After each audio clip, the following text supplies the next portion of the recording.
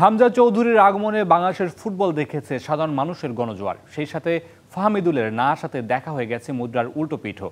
মেহেদী হাসান শ্রাবণকে জড়িয়ে করা নানা কটু মন্তব্যে পাশে দাঁড়িয়েছিলেন ফাহমিদুল নিজেই। কিন্তু ফাহমিদুলকে নিয়ে মন্তব্য করে দর্শকদের রোষানলে পড়া সাবেক ফুটবলার আলফাজ আহমেদ পাশে পাননি কাউকে। পেয়েছেন লাঞ্ছনা, কটূক্তি আর হুমকি।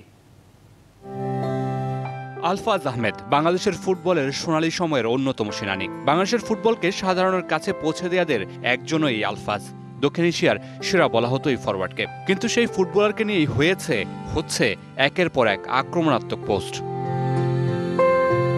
অথচ আলফাজ আহমেদ বলেছিলেন দেশের ফুটবলের স্বার্থে ফুটবলটাকে ভালোবাসেন বলে, বাংলাদেশের ফুটবলের ভালো চান বলে। ফাহমিদুলকে বাদ দিয়েছিলেন হেভিয়ার ক্যাবরেরা, যেখানে আলফাজ আহমেদের কোনো ভূমিকাই নেই। অবশ্যই খারাপ লাগছে। আসলে এটা মানুষ আসল ফ্যাক্টটা হয়তো জানে না।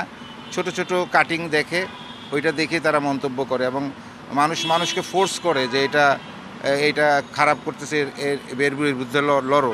তো আসলে মানুষ অনেকে জানে না জেনে এটা করে।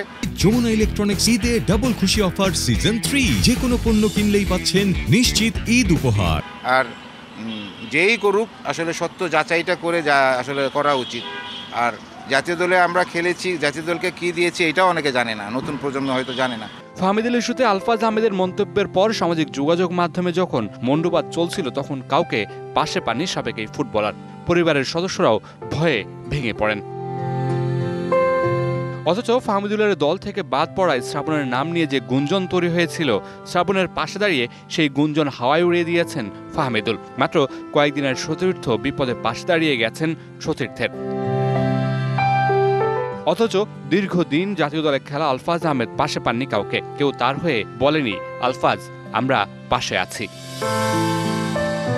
Mamunur Rashid, DBC news, Dhaka.